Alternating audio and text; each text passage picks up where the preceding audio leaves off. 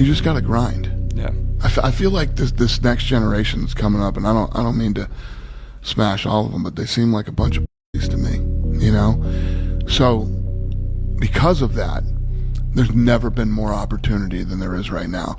If you're a fucking savage and you get out there and you grind hard and you want it bad enough, you can run all these guys over, man. For the small group of savages out there, run these fucking kids right over, man. Run them all over. And that was always my mentality. Nobody's ever gonna fucking outwork me. So there's people out there that are just working harder than everybody else, and they're gonna keep doing it. Yeah. And that's their grind. Mm-hmm. You know, and those people are super valuable because they change everybody's perspective of like what's possible, what to strive for, and what it takes. You're gonna find some fucking psychopath who just lives it. And it's their whole life. And if it's not your whole life, get out.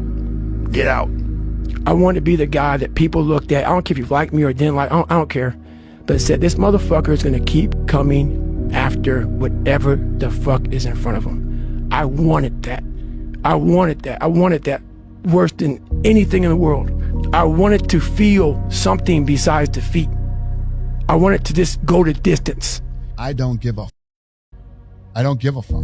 Yeah. I don't give a shit what anybody says or what anybody thinks. I have this mindset. I know exactly who I am. I just can't live my life based upon what other people think about me. So I can't concern myself too much with what other people think. You know, it's just not healthy. I had to stop giving about people. That was the biggest thing. I had to stop caring what people thought about me. I don't give a shit what people say. I never did. I never do. You better figure out who the you are. And those few people many people don't like you, so be it.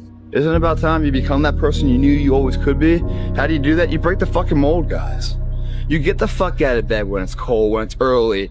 You do something away from the normality of what you've been doing. That's psychotic behavior. Doing the same thing, expecting a different result doesn't work that way. You must switch up the mainframe. Switch it up if you want a different result, man. Why not try it, man? Shock the system. Start with an earthquake, man. What I mean by that is, yeah, get up at 4 in the fucking morning one day. Just one day. And go for a fucking run. Commit to one day. And see how you feel. Every second of the day, he is trying to extract more from something. He's constantly thinking, he's constantly disciplined, never going off the path.